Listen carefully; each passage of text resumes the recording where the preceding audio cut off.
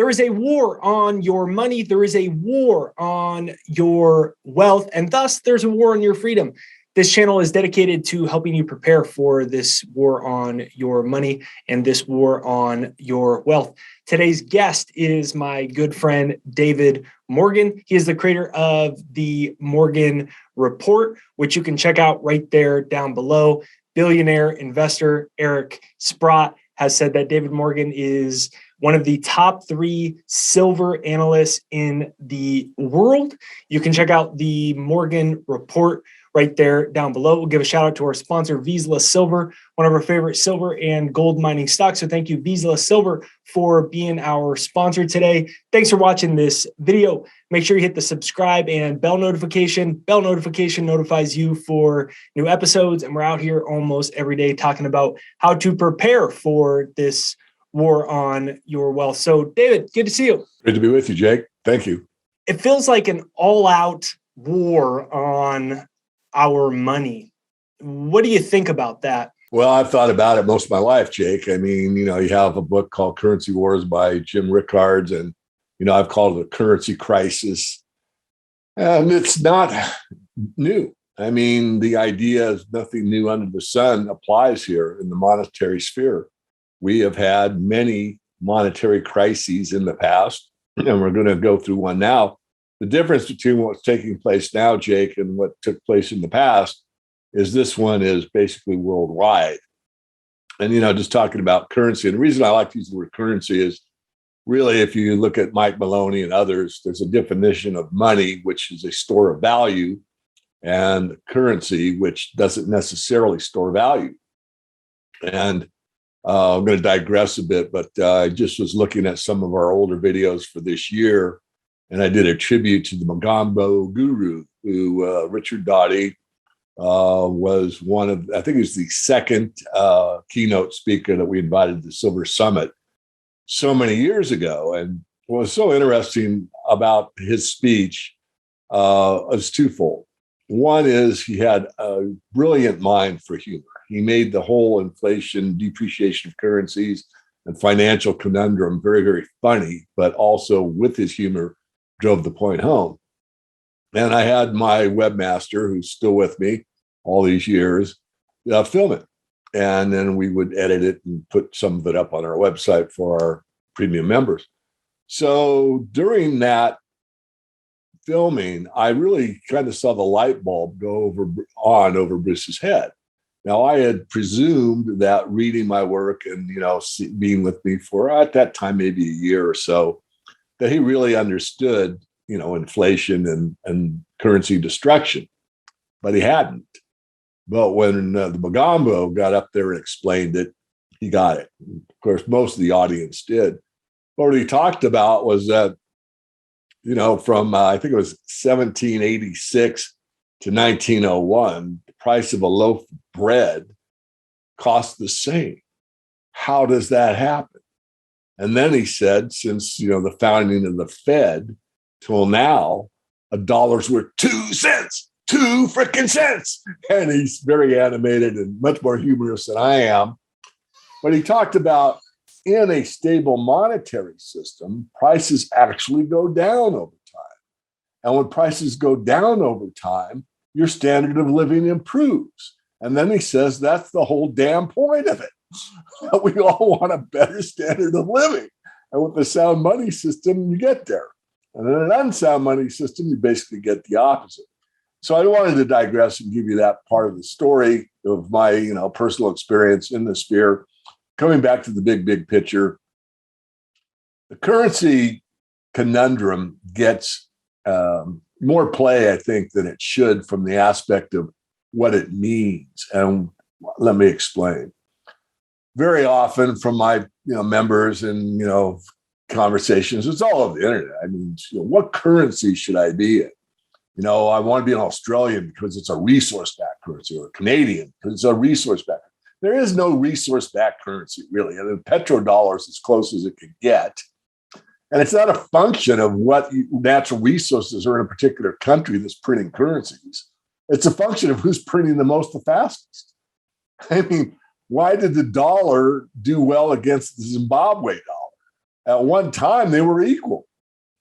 They were equal.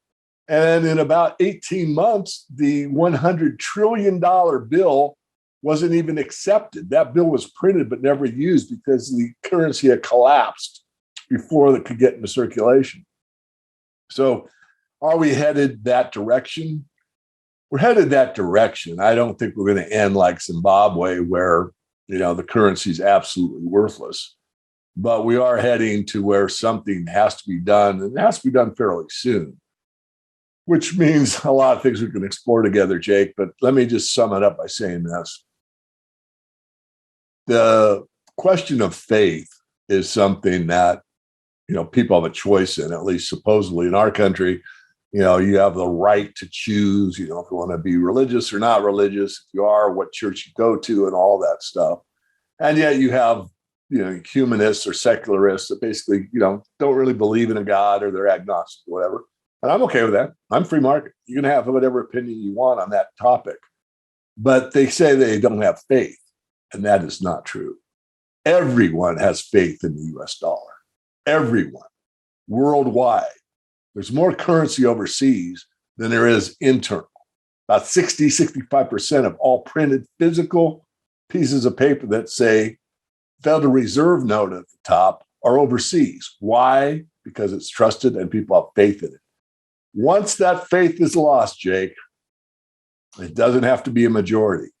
Once that faith is lost at a big enough metric, 1%, 2%, 3%, it's over. And the currency crisis will emerge full fold where people don't trust or have faith in the currency. And that's what it's all about. How far on that path do you think that we are? I was in the gym today, and the whole time the lower thirds, it was news with the sound off, and the whole time the lower thirds was President Biden meets with Fed Chair Jerome Powell to discuss inflation. Biden says inflation, Putin this, whatever. There's always a different lower third. It's about inflation or them explaining what the cause of inflation is. And they at least give the appearance that this is a subject that needs to be addressed. And there's been movement in interest rates. What is your personal feeling as someone who's studied this market and this sleight of hand game by central banks for so long? What do you think's coming next?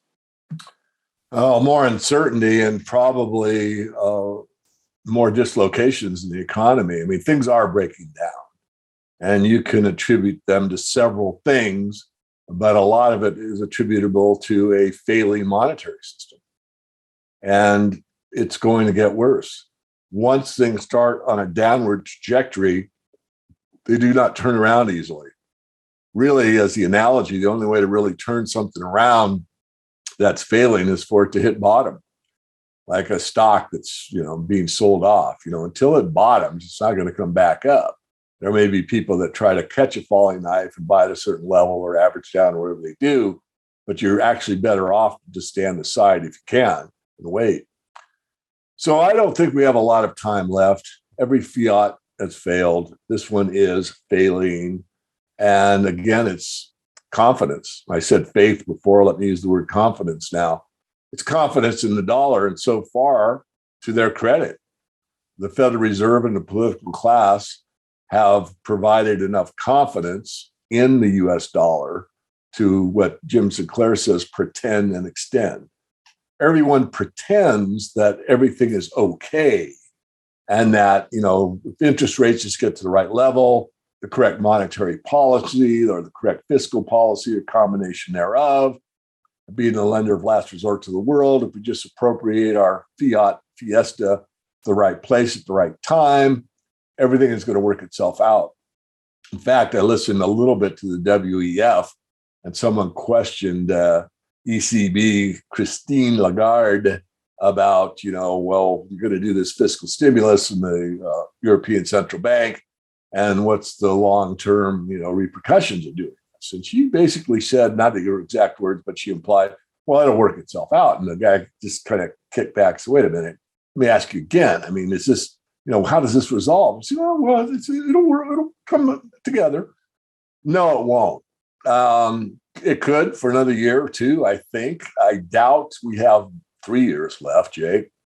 And we don't get there like tomorrow, all the ATMs are closed, although that could happen. That's a very remote possibility. You get there where you can't buy steak anymore.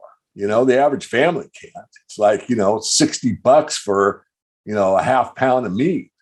Or you can't get your favorite beverage anymore because they quit making it because the company went out of business. So we're going to see a contraction in the economy. And we're already witnessing that. And it's going to get worse. And people aren't prepared for the reality. And the reality is this: money doesn't solve the problem. That's the real reality. In a currency crisis, it's a crisis. So in some cases, it doesn't matter how much money or currency you have, even money. You could have gold or silver, but if the product that you need or want or must have does not exist, or it's 6 months out because of the supply chain breakdown, or it comes from Taiwan, it's a certain semiconductor that won't be produced for X amount of months for whatever reasons, money doesn't solve the problem. And this is a lesson that mankind hasn't really absorbed, especially the West, in a very, very long time. And this is something that we are all going to face at some level or another. So in other words, you can be a billionaire in gold and still have a lot of problems due to what I see coming. You've talked before about ATM freezes or bank freezes.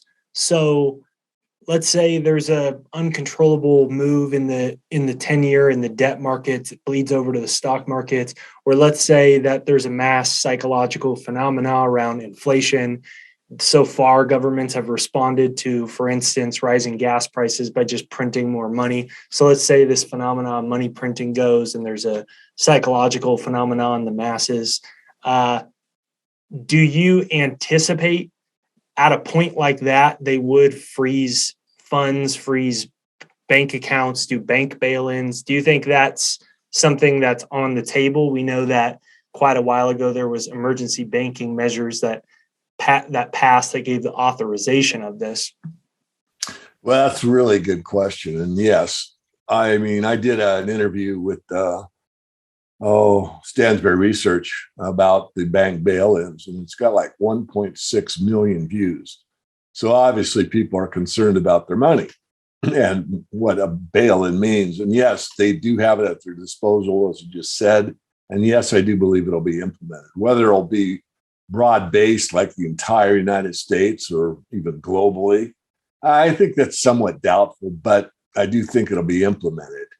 And probably the most likely scenario is a partial implementation. Let me explain. As you know, because we talked about this on one of your previous interviews, but the Argentina example is one of the best. It's like, okay, we're going to freeze your funds in your bank, still your money.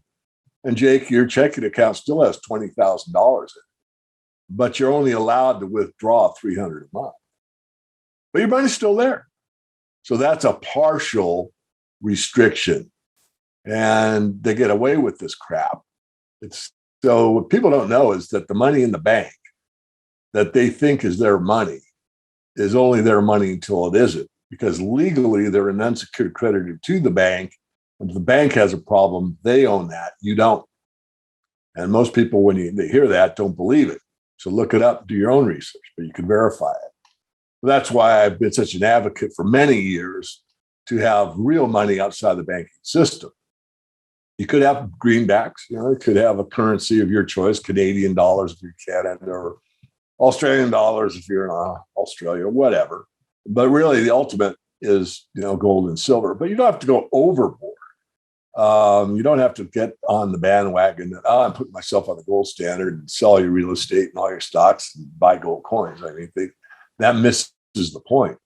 But you want to have some, especially if you listen to what I said a moment ago. Gold will help, silver will help, and in a lot of instances, you'll probably be very glad you had it. But it isn't the end-all result. It doesn't solve all problems. Money won't solve the problems we're facing in all cases. It'll help in a lot of instances. But if you think money alone, you're not thinking very well. 1.7 million views on a video talking about bank bail-ins. That's maybe an interesting sign that there's more and more people wondering what's next and if something isn't right. What do you think about that spoke to people? And do you think people are starting to take notice to that?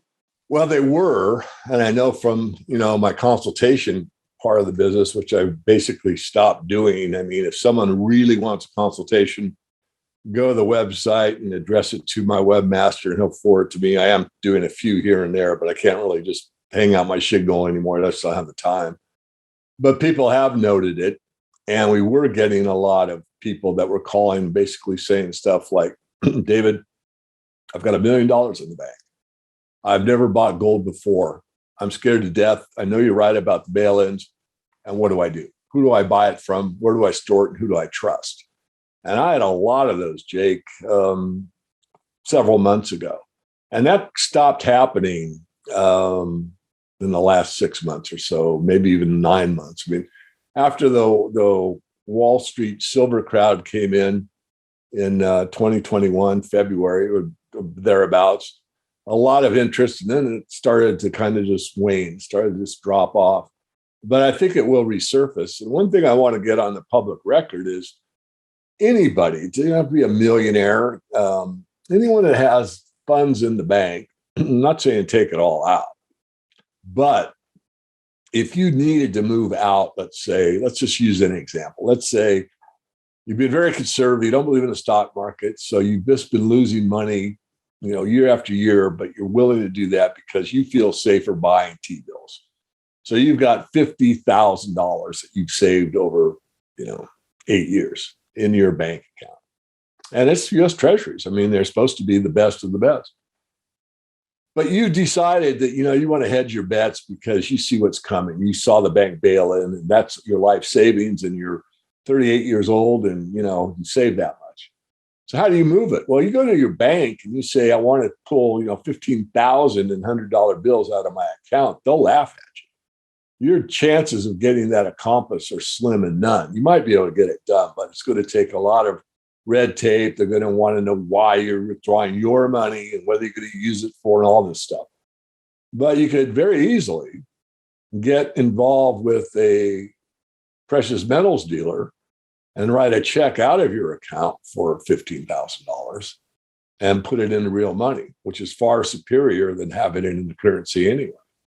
And that's what I think the Fed fears a great deal, all the bankers, is that there's a shift from people writing checks from fiat into money at a rate that upsets the apple cart. And it won't take much. It's not like 10% of the people have to do it, Jake. It's like another 1% of the people have to do it. So I do think that's coming again. And I think there'll be a contingency. There'll be a group of people that know what you and I are talking about. They've intellectualized it. They verified it. They're on board, but they don't take action. And those are the people that hurt me the most from the aspect of, you knew better, but you didn't take the action. Whereas there'll be a lot of people that will have to learn the lesson after the fact.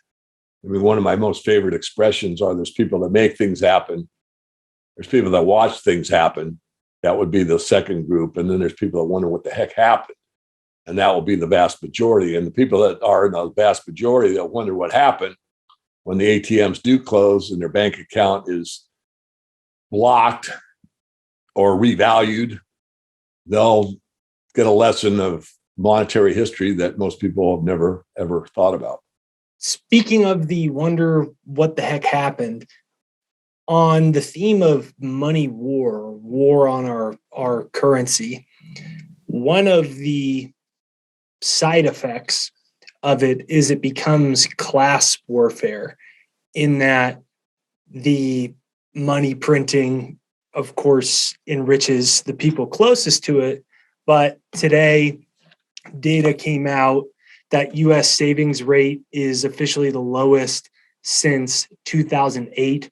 I saw an article the other day talking about the Fed saying that one of the issues is nominal annual income is actually too high. And you're seeing this destruction of really ultimately will be billions, but if we talk about just in America, millions of people, US savings rate officially at the lowest since 2008. What's your thoughts on that and what's next? Well, it's very obvious to me that it would take place because the cost of real goods and services, the two most important being food and energy, keep escalating in price dramatically. And so people can't put those off. That isn't discretionary spending, that's required spending. And so, of course, they're going to have the ability to save less because they have to spend more to survive. And that trend will continue. And a lot of people already are using whatever credit availability they have to borrow for basic necessities. And that trend will continue as well. So we're looking at a very tough time, not only in the United States, but globally. And just to go a step further, if you go into a poor country, like let's say you'll take Indonesia as an example, and there's, like anywhere, there's very wealthy, there's very poor, there's in between, but the average out there is spending like 40% on their food budget. Well, that means 60% goes to utilities and rent, and assuming no entertainment or anything else. So if food doubles and it goes from 40% to 80%, how do they heat or cool their home, or how do they pay their rent? They don't. And food prices are going to continue up for a variety of reasons. And that's very, very heartbreaking to most of the world. It certainly hurts the Americans. I'm not saying it won't, but on a percentage basis, it's more devastating to the less developed world than it is to what we used to call the free countries, the free world, which doesn't exist anymore, by the way, but we both know that. Now, while we got you here, I've got to ask you one question to wrap up about you're known for silver. Billionaire Eric Sprott considers you one of the top 3 silver analysts in the world. What does it take to get a movement in silver? Is it once mass uncertainty hits? Is it movement from a next leg of fear, whether it's the debt markets, whether it's inflation, whether it's the Fed reversing course on their move of interest rate increase? What's your thoughts? And my thoughts have changed somewhat. I think my thoughts are we need more truth in the silver market. What does that mean? That means that there's been too much falsification of the amount of silver that's been bought in the physical realm.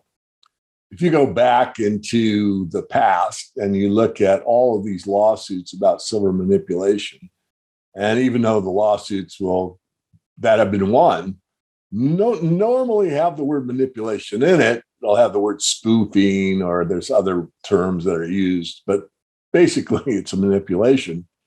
And the courts have determined that that did take place, and banks have paid fines. But my main point is that one of the early ones was Morgan Stanley. Morgan Stanley got caught by one of their more significant individual investors for charging for not only the silver, that physical silver that he bought, but charging a vaulting. And when the complete light was shed on this problem, the truth was not only had Morgan Stanley not bought any physical silver whatsoever at all, but they didn't even have a vault to store it. And so what took place was a fine. Now, if we're up to me as the judge, I would say Morgan Stanley is null and void. It cannot ever trade silver futures or be involved in the precious metals for 10 years or 5 years or whatever. No, is paid a fine. But I've saved the best for last, because during the iteration of discovery, going back and forth with the fancy schmancy lawyers, Morgan Stanley said that not having the silver and paying for storage was pretty much standard in the industry. Now think about that. How many people are out there of significant means that have bought, let's say, 50,000, 150,000, 250,000, a million, 2 million, $4 million worth of silver. They bought it from a mainstream financial house, one of these big banks or brokerage services. And they get a statement every month, and it shows how many ounces they have. And yet in reality, it doesn't exist. Or it's been hypothecated or rehypothecated somewhere else. It's used by the bank to back up a silver swap or whatever. So that's my take. I think if we really were able to uncover more of the problems that I just outlined, that a lot of people that have significant holdings would like to move it. I mean, one of the big moves that started to, I think, move the market somewhat was when John Adams and I did an interview about allocated versus unallocated. And we were urging everyone to move out of unallocated into allocated. And coincidence or not, I don't know. But commensurate with that, the silver price started to move up. And then people just kind of backed off the idea because, it's too hard to call up and move my silver from location X to location Z. I don't want to do it. Besides, it's so-and-so's name on my account statement. I'm not going to trust them. And you can, if you wish. And I'm not saying they're all bad. They're not. I'm giving you a specific example. UBS did something similar. But the people that need it, that's what it comes down to. So I think number one, that's the first problem. Number two is the actual need for industrial purposes. If that starts to tighten up for whatever reason, then the reason would be, again, more paper than there is physical, then that could cause a wave. Because what would happen, or potentially happen, is that XYZ technology company goes through, 2 million ounces of silver every month or whatever it is. And they find out that it's very hard to get. So they start to subtly go buy more. Maybe they double the amount, or maybe they triple the amount, and then that makes it even tighter. So, and then once that run to silver begins on the industrial side, then it could spill over into the monetary side, or vice versa. Once all those people listening to this program say, David's right, and I've got 50,000 in the bank, and I think I'm going to take, 10% of it. No, I'm going to take 20% of it. I'm going to take 10,000 of it. I'm going to buy silver. Well, it doesn't take too many of those to do it. Of course, you want to do it where you own it. Now, I'm not against storage because I store a fair amount of mine, but I do not store within the system, meaning I don't store at a well-known bank. I store at a private facility. And I'll be writing about that in the premium service. You already know what I'm talking about, but I can't say it publicly. I don't want to cause a disruption in the market. But so there's a lot that I unwound there, Jake, but I think we focus too much on believing the reality that, everything's on the up and up. When if you really open up the covers and you drill down and see what's really been going on in the precious metals, especially on the silver side, what you uncover is pretty ugly. And that's part of it. I think the light has to shine on that part of it.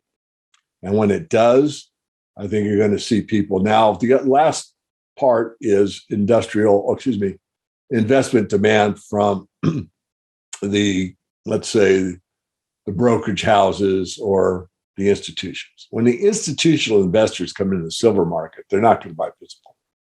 They're going to buy the SLV primarily. And that could certainly drive the market. The problem there, in my opinion, is we really don't have a super good accounting method. Now, if you read the prospectus, is there physical silver backing the SLV? The answer is absolutely. Is it 1-to-1? I doubt it. Why? Because I've read the prospectus. And they're allowed to take the warrant from a contract that they own, to be in the off the exchange, and count that as physical. Well, it's a representation of physical. It's like having an ounce of gold and having a 1 ounce currency note that's representative of the ounce of gold. One's exchangeable for the other, but it only represents 1 ounce.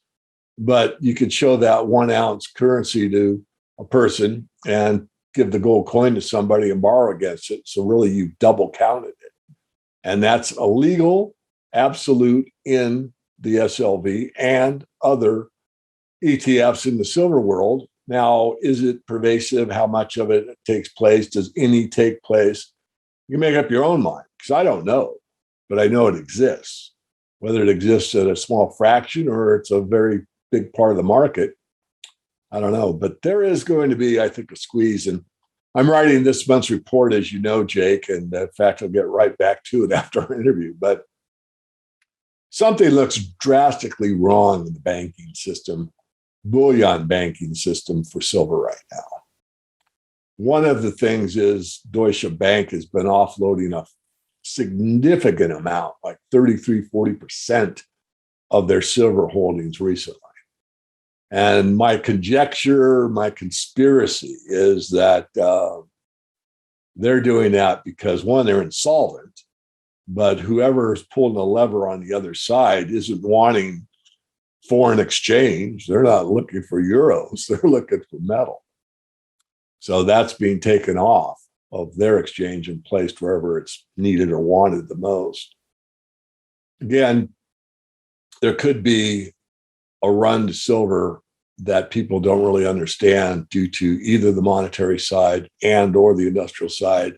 And one will feed the other. I think it'll be monetary at first, and then I think it'll spill over. But if there is a, let's say, uncovering of what I outlined earlier about how much physical has actually been bought versus how much physical actually exists, and that gets into the consciousness of that group of investors that are buying in the, let's call it $500,000 level or higher. It wouldn't take too many of them to say, hey, wait a minute, my account's at blah, blah, blah, blah, brokerage, and I want blah, blah, blah brokerage to send that silver right now to, and I'll give them the location, and well, then we'll recount it and we'll see what's up, because right now it doesn't add up.